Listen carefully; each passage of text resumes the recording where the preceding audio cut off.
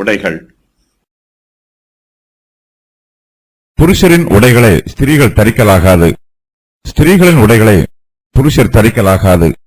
அப்படி செய்கிறவர்கள் எல்லாரும் உன் தேவனாகிய கர்த்தருக்கு அருவருப்பானவர்கள். மோசே இதுவரையிலும் இஸ்ரவேல் புத்திரருக்கு மிகவும் முக்கியமான பிரமாணங்களை சொன்னார். அவைகளையெல்லாம் அவருடைய ஆவிக்குரிய ஜீவியத்திலும் சமுதாய ஜீவியத்திலும் கைக்கொள்ள வேண்டியவை. மோசே இப்போது இஸ்ரவேல் புத்திரருடைய அன்றாட சமுதாய வாழ்க்கையில் கைக்கொள்ள வேண்டிய ஒரு சில பிரமாணங்களை பற்றி இந்த வசன பகுதியில் சொல்லுகிறார். அவற்றில் ஒன்று இஸ்ரவேல் புத்திரர் தரித்துக் கொள்ள வேண்டிய உடைகளை பற்றியது. புருஷரின் உடைகளை ஸ்திரீகள் தரிக்கலாகாது, ஸ்திரீகளின் உடைகளை புருஷர் தரிக்கலாகாது.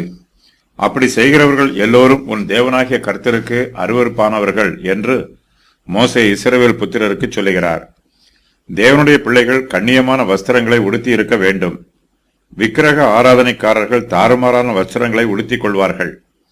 ஆண்கள் பெண்களுடைய வஸ்திரங்களையும் பெண்கள் ஆண்களுடைய வஸ்திரங்களையும் உடுத்தி விக்கிரக ஆராதனையில் குடித்து வெறுத்திருப்பார்கள். இது கர்த்தர் அருவருக்கும் பாவம். மனுக்குலத்திற்கு இது ஓர் அவமானம். புருஷரின் உடைகளை ஸ்திரீகள் தரிப்பதும் ஸ்திரீகளின் உடைகளை புருஷர்கள் தரிப்பதும் விக்கிரக ஆராதனையோடு சம்பந்தப்பட்ட காரியம். வீனஸ் என்னும் புறஜாதி தெய்வத்தை ஆராதிக்கும் போது அதை ஆராதிக்கிற புருஷர்கள் ஸ்திரீகளின் உடைகளையும் ஸ்திரீகள் புருஷரின் உடைகளையும் தரித்துக் கொள்வது வழக்கம்.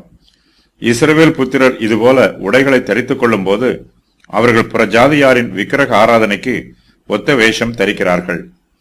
கர்த்தர் மனுஷரை ஆணும் பெண்ணுமாக சிருஷ்டித்திருக்கிறார். அவர் ஆணுக்கும் பெண்ணுக்கும் வித்தியாசம் பண்ணியிருக்கிறார். புருஷர்கள் புருஷர்களைப் போல இருக்க வேண்டும், ஸ்திரீகள் ஸ்திரீகளைப் போல இருக்க வேண்டும்.